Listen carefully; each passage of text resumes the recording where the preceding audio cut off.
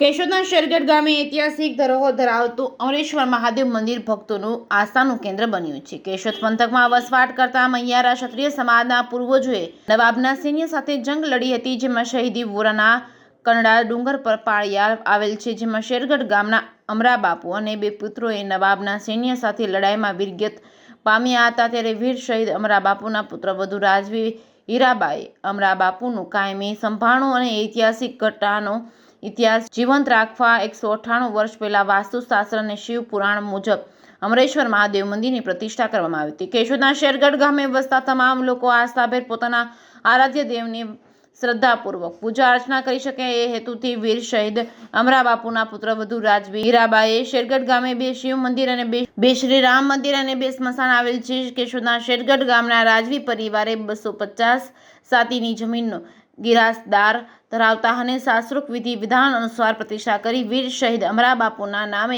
જોડી અમરેશ્વર મહાદેવ મંદિર નામ રાખવામાં આવ્યું છે. વેદ પુરાણોમાં મહાદેવનો અનોખો મહિમા દર્શાવવામાં આવ્યો છે. એ મુજબ શિવજી માટે કરવામાં આવતી દરેક વસ્તુ વિશેમાં મહાશબ્દનો ઉલ્લેખ થાય છે, કારણ કે દેવ નથી, મહાદેવ છે. દેવોના પણ દેવ છે, તેમની પણ પૂજા નહીં મહાપૂજા થાય છે, આરતી નહીં પણ મહાઆરતી થાય છે.